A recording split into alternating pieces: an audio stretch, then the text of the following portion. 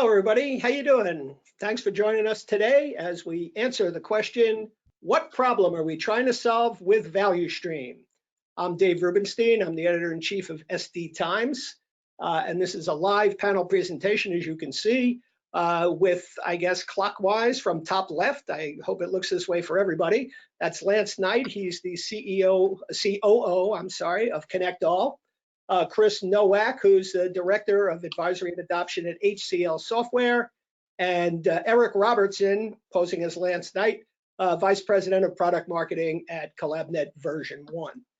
So just to kind of kick things off, we know that the concept of value streams been around for many years, certainly in the manufacturing area, and has seen a lot of uptake in the last couple of years in software development as well. SD Times editors, in fact, in 2019, picked up on the trend, declaring that the year of the value stream. And we've seen a lot of momentum since then as organizations start to take steps to kind of create and manage their value streams, but they have a ways to go yet for full implementation. So before we answer today's million-dollar question of what problem are we trying to solve, let's take a look at where this came from and where it's going. And maybe Lance, maybe you might want to kick us off on that and we'll get going. Hey, so value stream management, I think, came from manufacturing, of course, and how you look at things flow through the shop floor, and it's grown into software delivery. And personally, I remember doing some stuff where we were doing whiteboard sessions 7-8 years ago. We called it software lifecycle integration, where we lay out all the tools and talk about how we're going to connect them.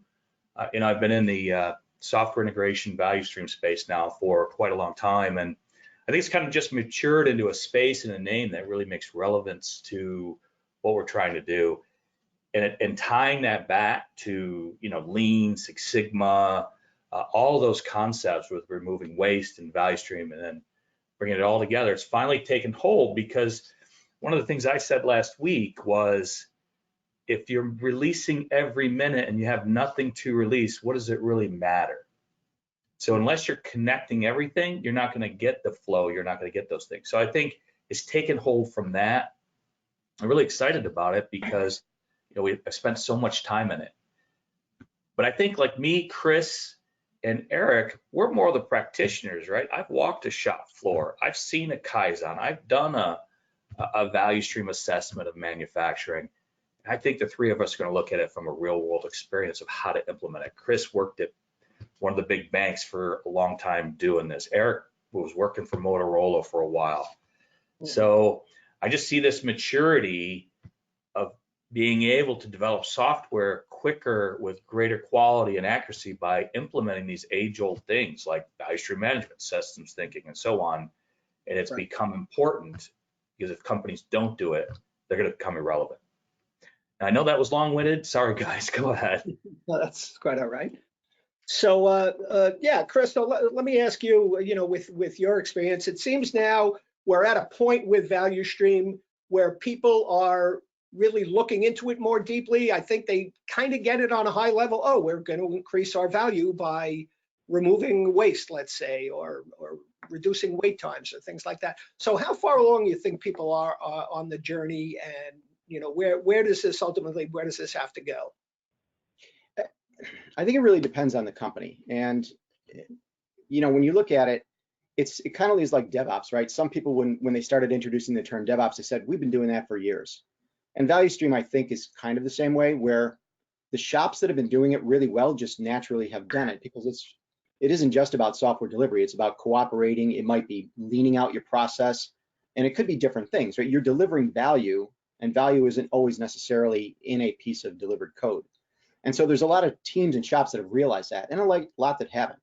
I think the bigger the shop is, in fact, I know the bigger the shop is, the harder it is, because ultimately that really is about how people are interacting together to get things out the door and look at that flow, right? And I'm sure we're going to get into it later, but if you have one team that's high performing and they have to hand it off to another team that for whatever reason isn't operating like them, it doesn't work. It's about the bigger picture.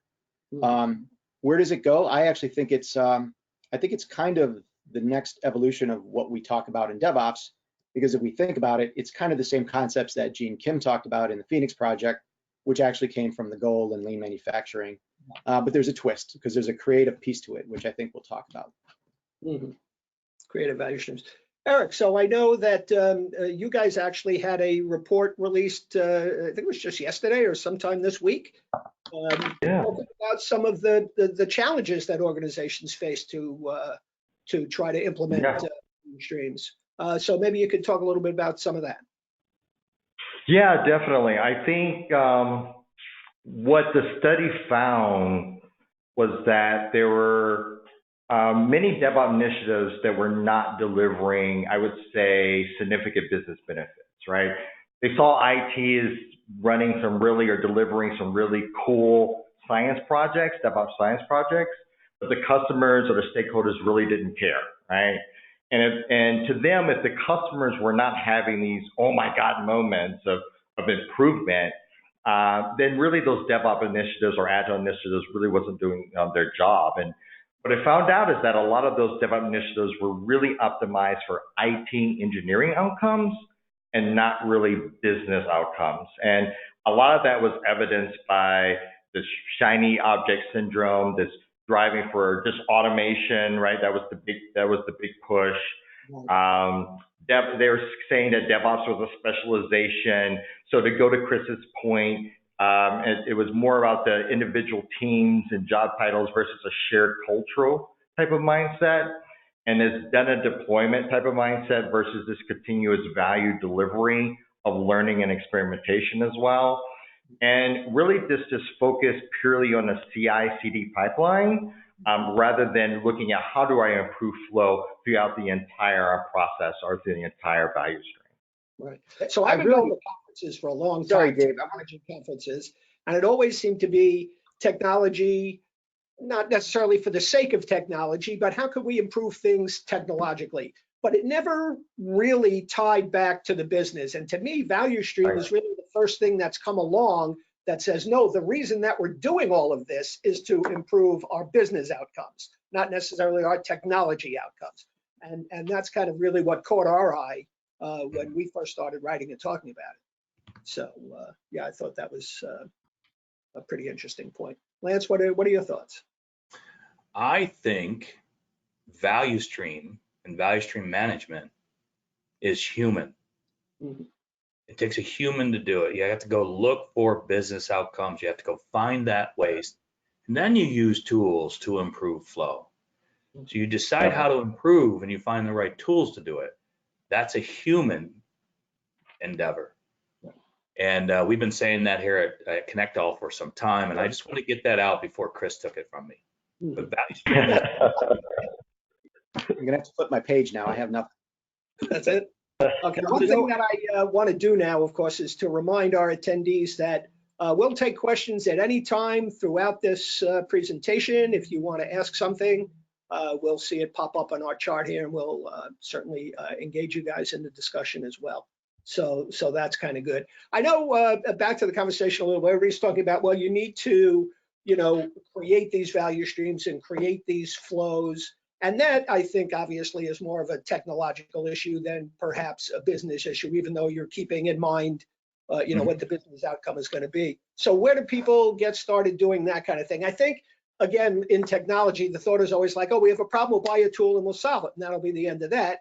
But with value stream, of course, this is quite an intensive process, and it takes a while to get everything going, right? So I see you're nodding, Eric. What do you think?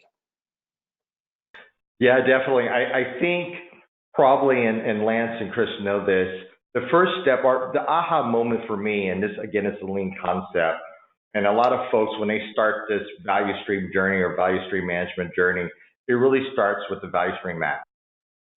And really identifying those value streams, being able to map that out end to end from a process, from a lot of people may call it from concept to cash, but it's really about what are our steps that it takes for me to deliver this product or service to that end user.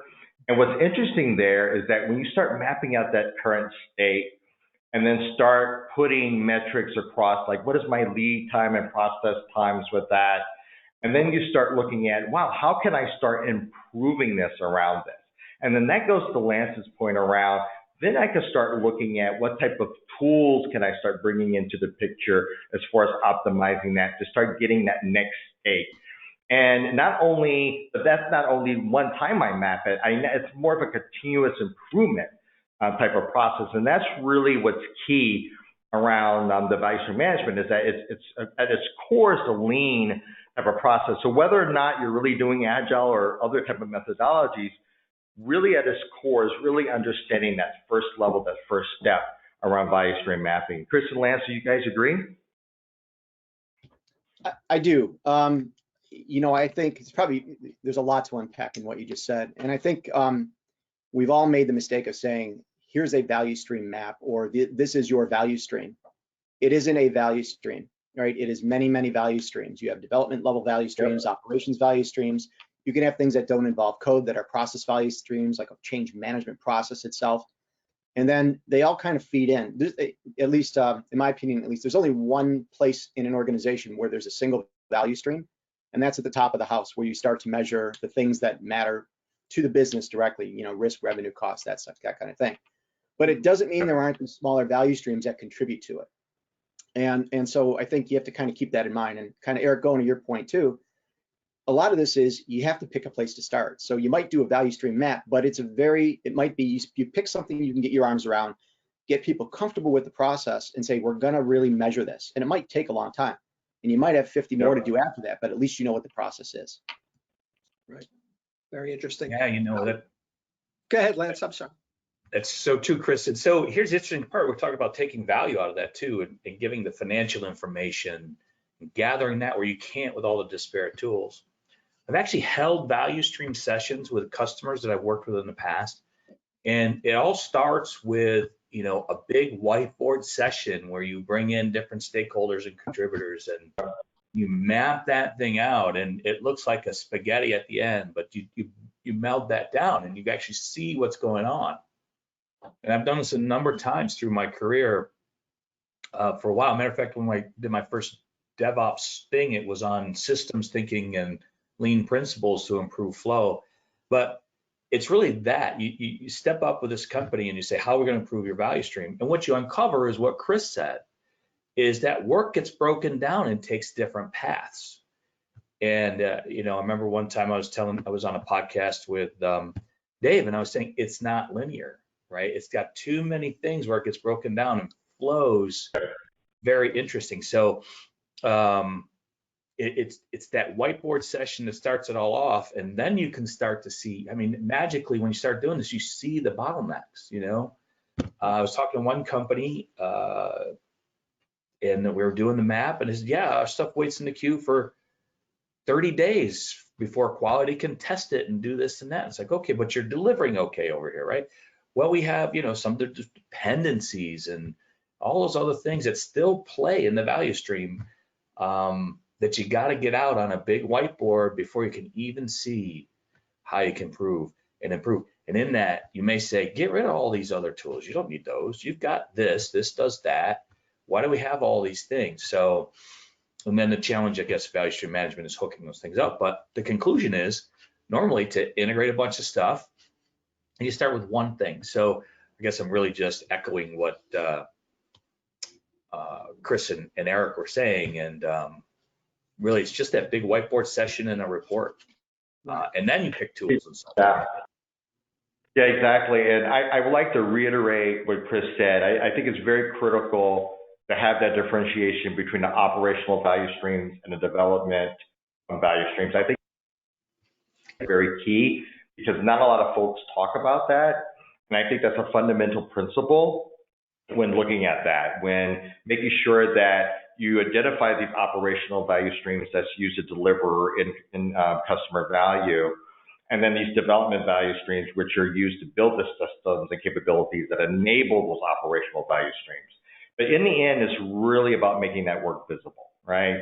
Across the different stakeholders, right? Across whether executive leadership, you're making that work visible for them, for developers, you're making work visible, making that work meaningful for them, and for the enterprise, it makes that work valuable, right? So it's how they look at work in the end and making that visible, accessible to their needs. Eric, it isn't always, and I agree with everything you said, but a lot of people will think, well, I have to make this work and make it valuable. Sometimes the answer is no. Sometimes you're doing a lot of things that never should be done at all. And it kind of goes back to, like, if we talk about, so Dave, a lot of people will say, well, how do I get started, right? We had the same question in DevOps. How do I get started?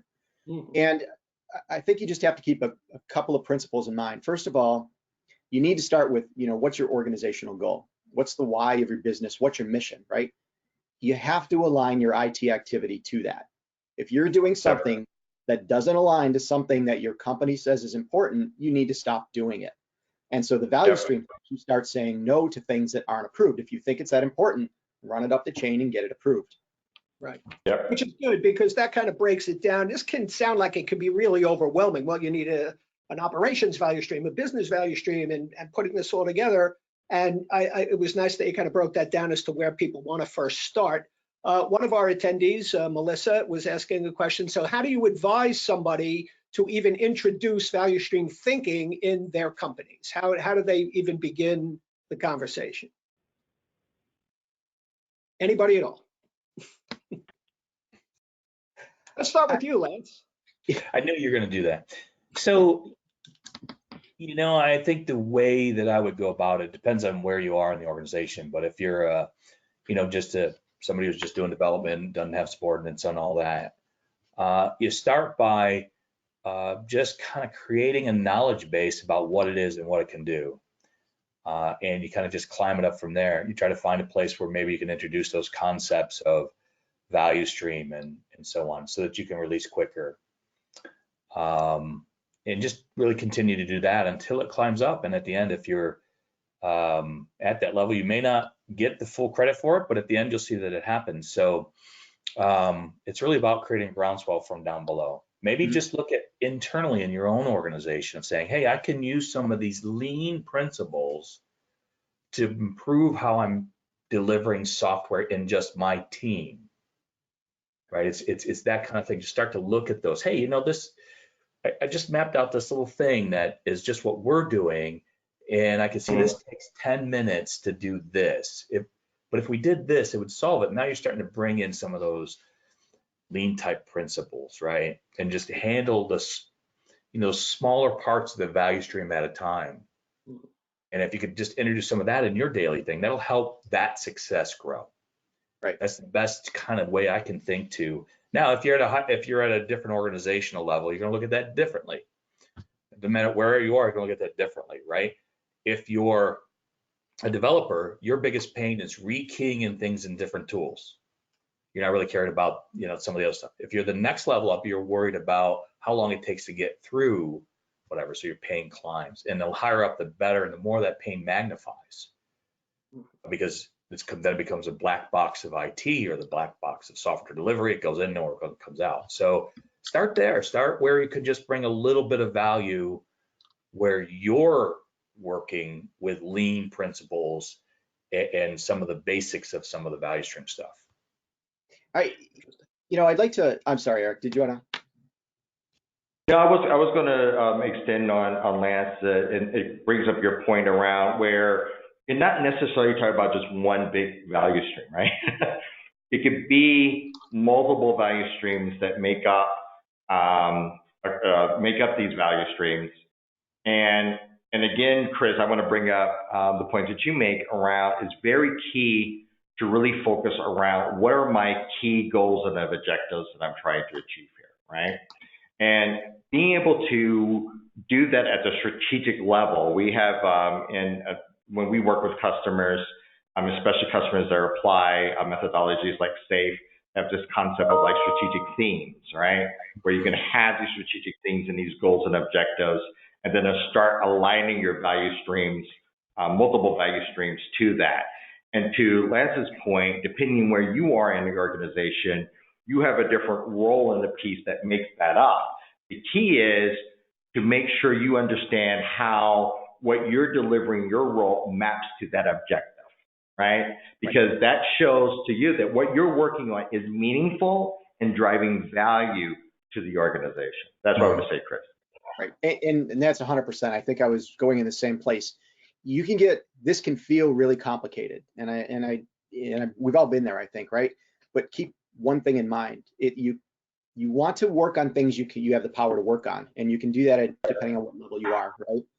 But I would say one principle you need to keep in mind, and this was actually, it was the first way in the Phoenix Project, and it goes way back. Understand that you're working in a bigger system. So don't do it blindly, because there's another philosophy or a theory that says if you optimize your area in a small way, in a way that's outside everybody else's scope, it can actually hurt the larger goals. So it doesn't mean don't do something where you are with what you have, but it does mean try to keep it in context with what your neighbors are doing and what the organizational goals are. And because there might be a time when you say, you know what, I'm going to give you a great example. If we worked on just the development team and we sped up their CI process so they could pump out 1,000 builds an hour, how's the testing team going to feel if you didn't do anything to help them absorb that? What you've actually done is made worse for the organization, because now there's going to be friction between testing and development. There's going to be finger pointing. There's frankly going to be wasted software sitting on the shelf that's probably perishable, and the ROI deteriorates the longer it goes without going to production. So you have to actually consider what is the flow of the whole system before you actually say, you know what, I could increase my build by 1,000%. It might not be the right thing to do, maybe 50%. So just keep that in mind as you optimize your local areas. Yeah, exactly. And that was one of the that we found in that study that David, you brought out, where they only focused, let's say, optimizing that CI/CD pipeline. And then it was about, well, what about automating tests? What about infrastructure code? What about the delivery aspects? What about release on demand? So it's basically looking and improving the flow thing. And that's where the value stream concept becomes very important, because you're looking at it beyond just the typical CI/CD mindset that a lot of folks have when talking about DevOps. Right. And so I guess the short answer to Melissa's question is, how do you introduce the value stream into your company, the thinking?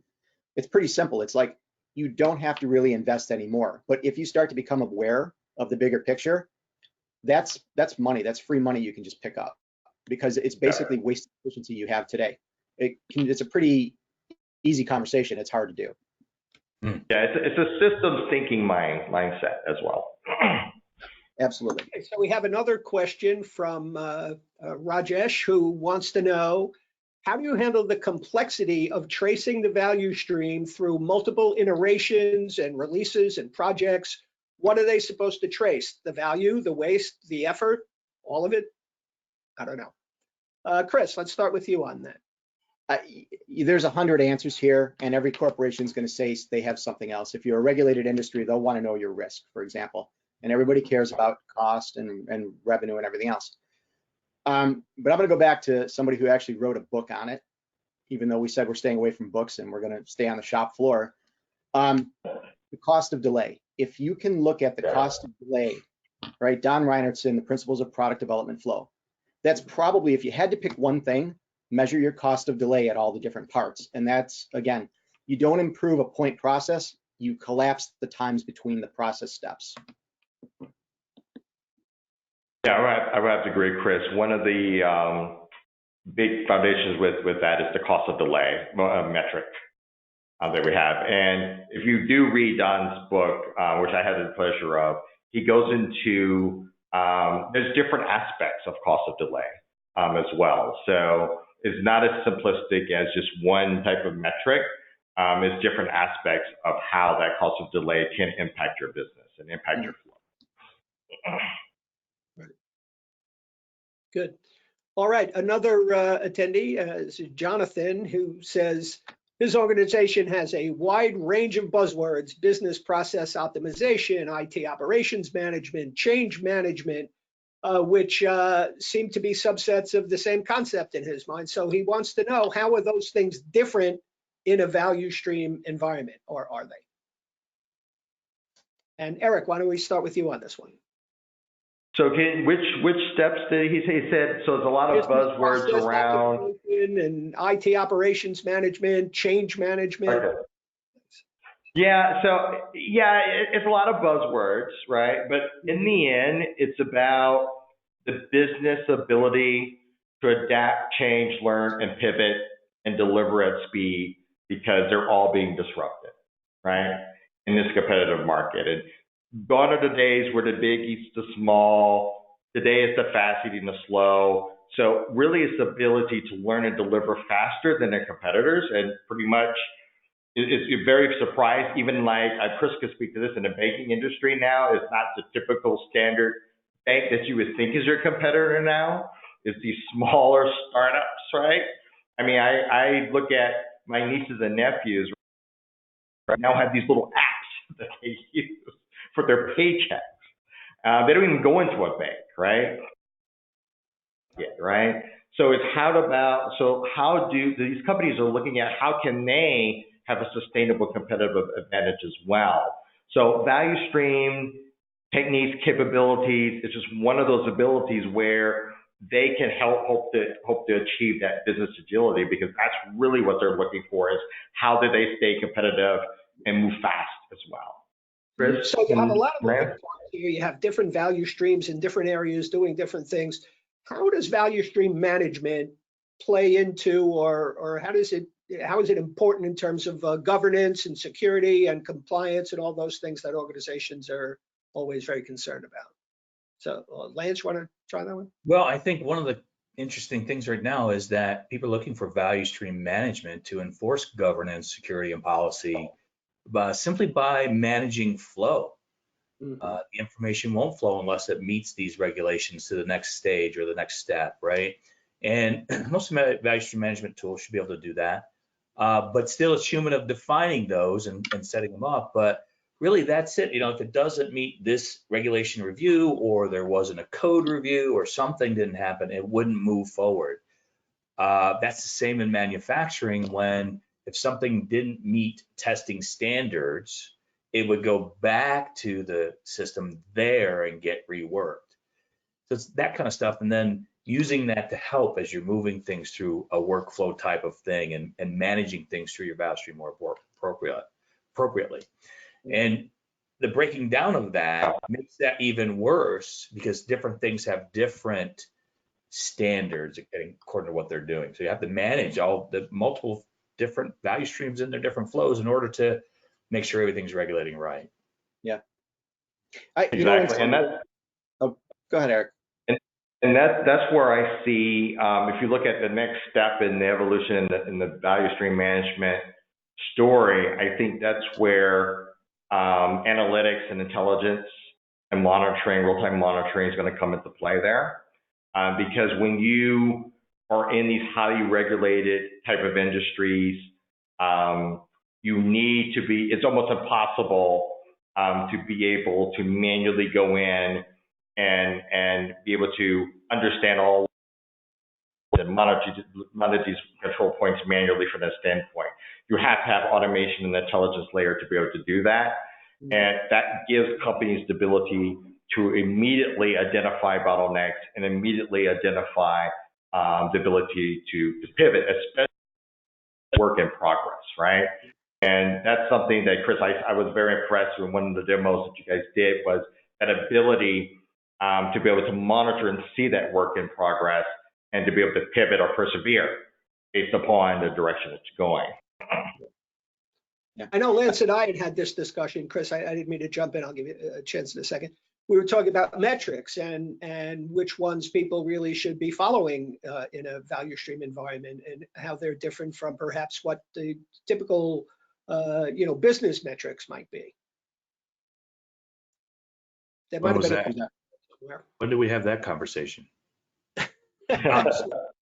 Thank you. I mean, we went into all the different, we talked a long time about the difference between metrics and measures. Is that a measurement or is that a metric? How to look at that metric and use it to improve. I mean, we can capture all kinds of metrics, right, but is it relevant? Yeah. And Chris and I just had that conversation before we started the webinar. And unless you're really putting out metrics that matter and you're capturing information with metrics that matter, then you're just putting in overhead and you're creating waste. And I think one of the things, I think there's a reality check here we have to take with the value stream a little bit. And this is about a particular metric. And it's how do you really calculate cycle time across the end-to-end multi-streamed value stream effectively? And that takes a lot of work and knowledge to be able to do that. As your work comes in and work intake, it gets broken down and put into different places. Maybe your COBOL teams have it and they're running waterfall still. And then you have really cycle time, whatever. So you have a lot of, to Chris's point, wait time waiting for all these teams to catch up. And those are the types of things you got to look at as well.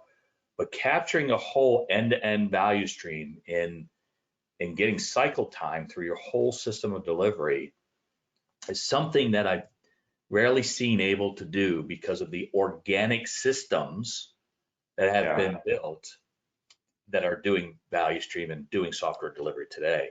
It's not an easy metric to get. Now, in manufacturing, it's an easy metric to get. Work comes in the door, work goes out the door, goes through cells, and you have it.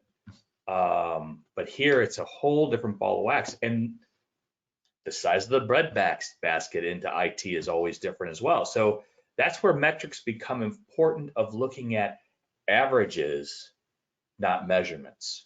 So that was the conversation. Was that the conversation we had? Yes, that was Okay. it. Exactly. Yeah, and I like the comment there. I think one of the Lance, you mentioned that we both worked in the manufacturing world. I think the big difference here, if you look at the supply chain from the manufacturing versus in the software, in the manufacturing world, as you know, it was a lot of it was about repeatability and optimizing that, right? Yeah. Right. In the software world, if you're not changing throughout that delivery, then it's a problem, right? At least I hope you are. If you're not, then that's another topic of discussion, right? So the difference is that in the manufacturing world, you had more of a stability and the repeatability in the product that was actually being produced, right? But in the software world, it's really about the quick adoption and the changes. So what you started with here and the ending with most likely will not be the same, because you're making these changes and adapting to it. And so the process and the metrics around that, because you're working toward a different outcome, right? Versus a different outcome or metric versus than what you may have been doing with in the manufacturing world. And I think that's a different of a mindset change that that customers may struggle with as well if they just use pure lean manufacturing concepts. Yeah. And my point to that as well is that the outcome and the inputs are always different. That's right. Depending upon rework. So it becomes even more challenging from that perspective to think about, Exactly. cycle time, lead time, wait time on things. So you got to use that. Exactly. That's why that metrics conversation came up. So Exactly. And that's why it's easier. That's why the cycle time and lead time, that's why it's a little bit easier on the manufacturing world versus in the software world, right? Absolutely. Dave, let's get a little more explicit about that, because we're exactly right about what we're talking about. There's actually multiple phases, I think. All right, so Lance is right. The inputs that you have are basically different every single time, unlike I'm going to produce this widget. I actually look at the whole thing in a number of phases, and the first phase is a creative phase. The development phase is create, and if you think about it like ITIL, it's the service design phase, right? It necessarily has to be open-ended so developers can be creative. But at some point, you have to put process control around it. So there is a shift in this whole value stream where it moves from creative to controlled. And that's, as far as I'm concerned, that's the minute they check in the code. From that point on, everything should at least be fairly, statistically stable, right? And it should be repeatable and transparent through the whole thing. There's actually a third phase, I think, too, and we never talk about it, and we should. It's the biggest phase. It's after you've done development and you've delivered the code, 90% of that software's life is out there with the customer. And we often, in this conversation, neglect to say most of that experience of what you just created happens after the production release. Do you have okay customers? Are they happy, or are they like fanatically happy, like frankly Apple customers, right? It's a religion. They buy into it. And so you have to actually think about that post-production release area as well. And all the folks on the ops side, ops is a big bucket, by the way. It's like everything after you check in the code, and it can be a lot of things. And it's those folks, those heroes that and heroines that keep that running. And that's even more, that's a different kind of having to be stable, because they're subject to many outside forces that's trying to knock them off kilter.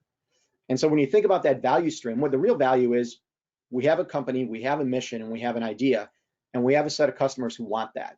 Well, how do we give it to them and keep them happy while they're using it? And that's a really big value stream loop, right? And I know it's a lot to kind of absorb, but if you take care of the parts, you start to take care of the whole. Right. So let me ask this question, because I know that we're talking about process primarily, but as Lance had said, when you're in manufacturing, you're making a widget, it's the same thing all the time. You have your process interval.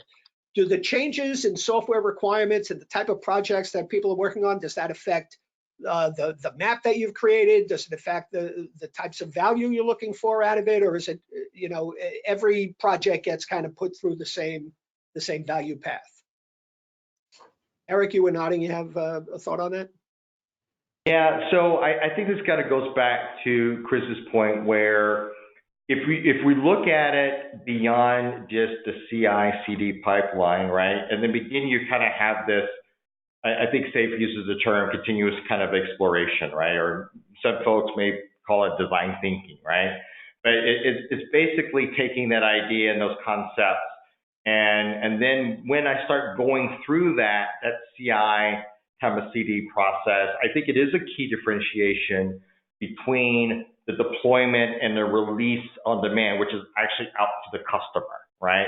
Where you start getting that feedback and you start incorporating that back in to your process. And at every deployment or even release that I do, I need to make a decision where, based upon my objectives, this goes back again to objectives and what I'm trying to achieve. This kind of goes back to this lean mindset and minimum viable product as well.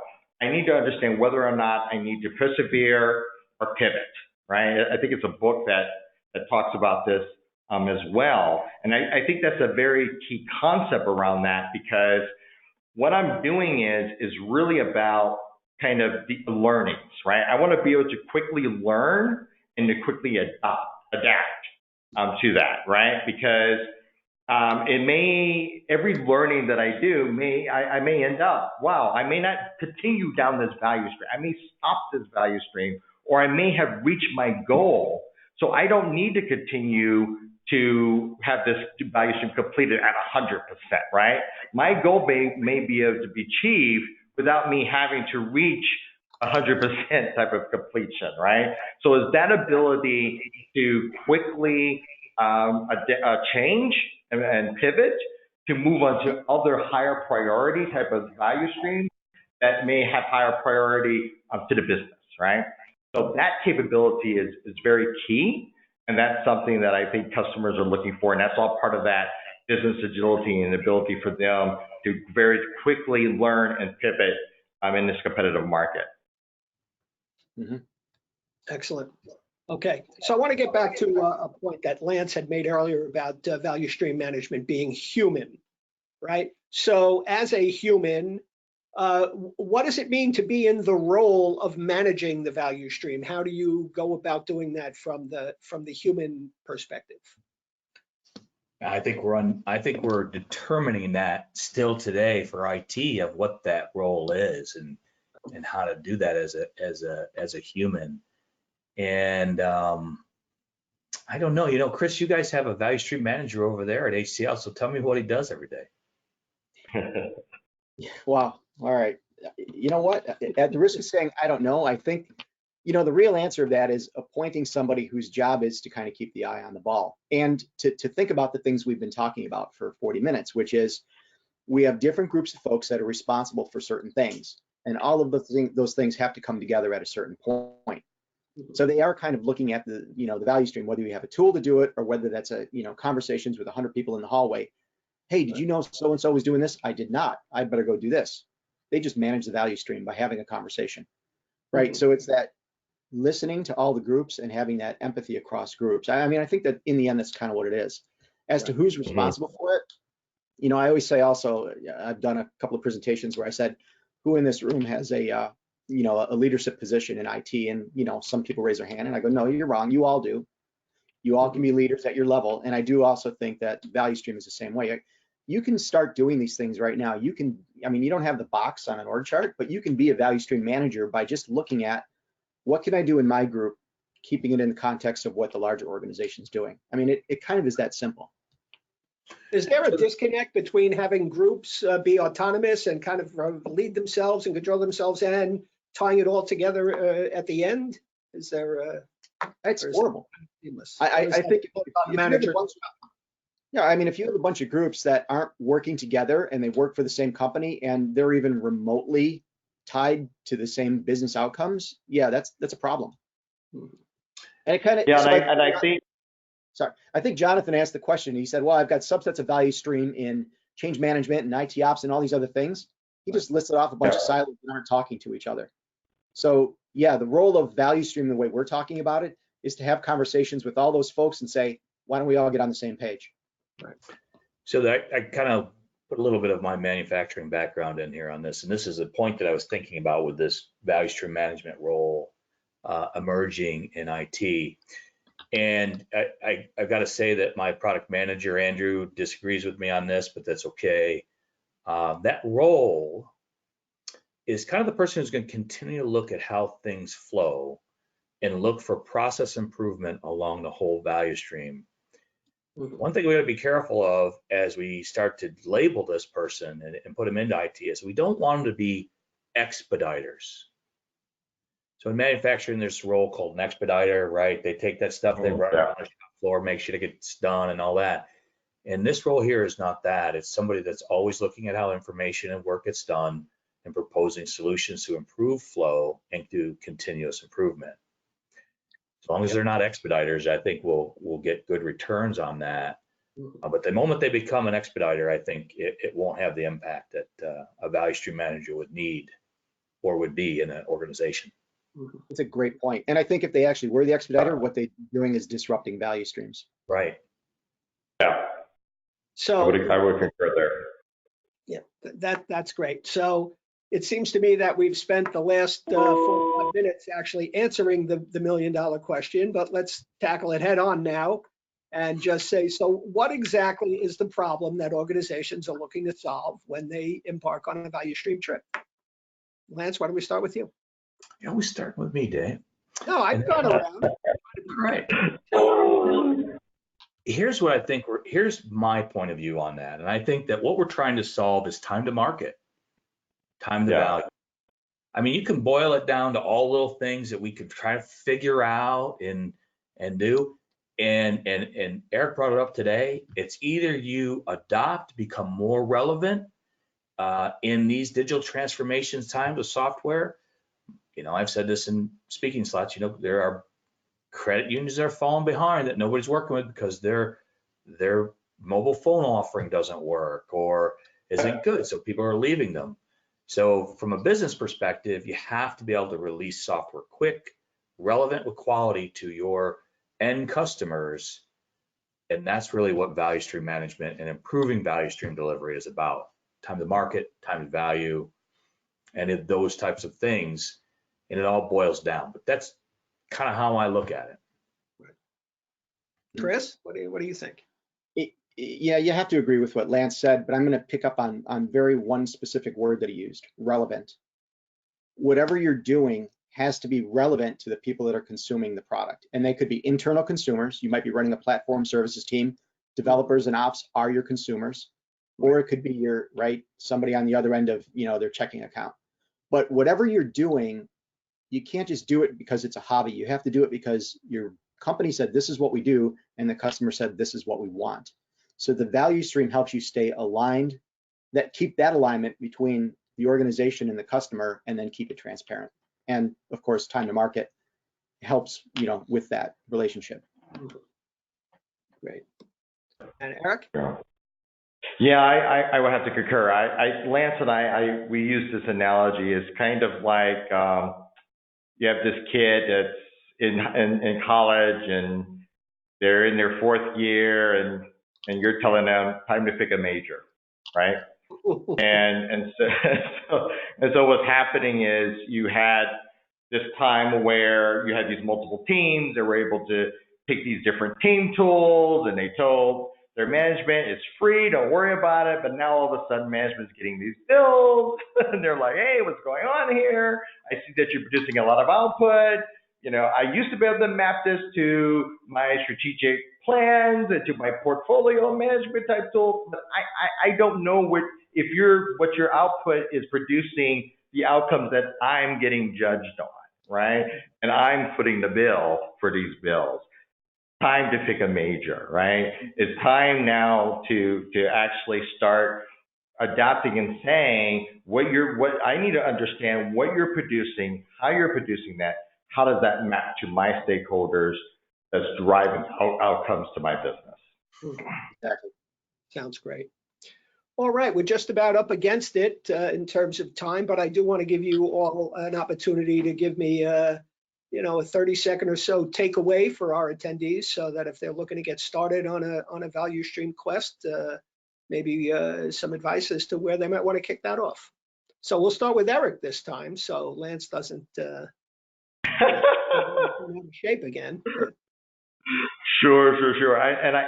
Believe it or not, I think Lance and Chris kind of stated where it's really about whether or not you're doing your agile or DevOps initiative. It's really about applying it to that end-to-end value stream, right? And you may refer to it as concepts of cash, but essentially it's involving everyone who plays a part in that delivery process, through the planning, design, build, test, release, support, and really start talking about building a culture of continuous delivery across the entire organization, across your teams, your departments, your suppliers, your technology.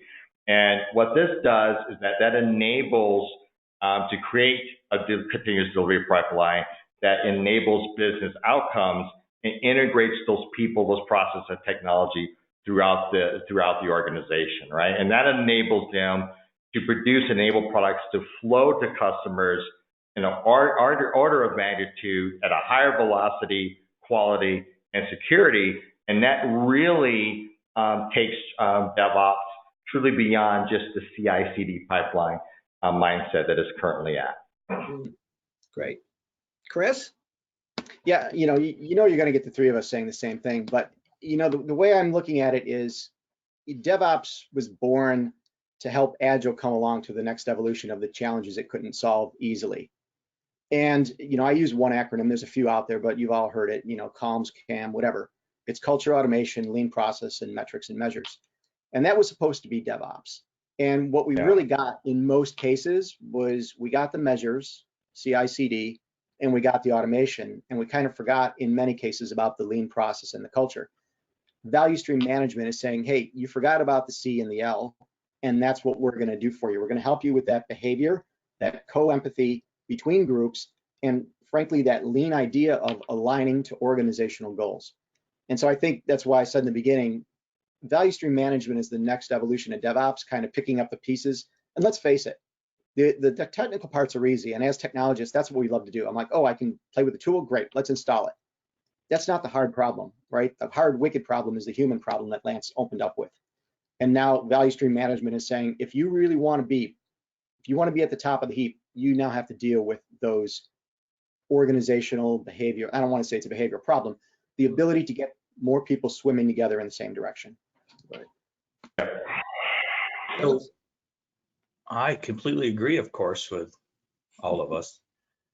But I think I've said this before, and I have a couple articles out on this exact same topic. It's what Chris said. It's the enforcer versus the collaborator.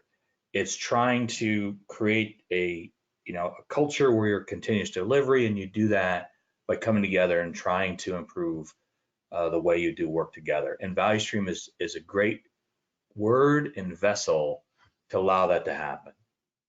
The biggest thing we should take away, there's no tool that's going to solve those problems. And we all sell a tool on this particular podcast webinar. Kind of counterintuitive then, I think. Right, there's no tool. Our tools are here to help you affect change and to better after you determine what you do. It's always going to take a human. So I'm going to leave with that statement that I've had for a while that, I formulated with my product manager, Andrew. It's a human endeavor. Us tool suppliers are here to help you remove waste in your organization, but you've got to learn how to remove waste. So go learn some of these lean principles, read a book on systems thinking, read that other book that they were talking about that I haven't read. Now I got to go read it. And I think that's the biggest takeaway. Great Yeah. stuff. You know, All there right, was, so, I'm sorry. yeah, it reminded, there was a quote and I forget who said it, but they said, DevOps isn't something you buy, it's something you are or you have to be, and you have to do it alone. And it kind of just ties right into it. Absolutely. Yeah, it's a mindset. It's a mindset. Great. All right, so I want to thank our speakers today, Lance Knight, again, COO of ConnectALL, and Chris Nowak from HCL Software, Director of Advisory and Adoption, and Eric Robertson, of course, VP of Product Marketing at CollabNet. I'd like to especially thank ConnectALL for sponsoring today's panel. We hope you guys got a lot out of it, a little different for us. It wasn't just a 40-minute PowerPoint slide, and I thought we touched on a lot of really good topics here.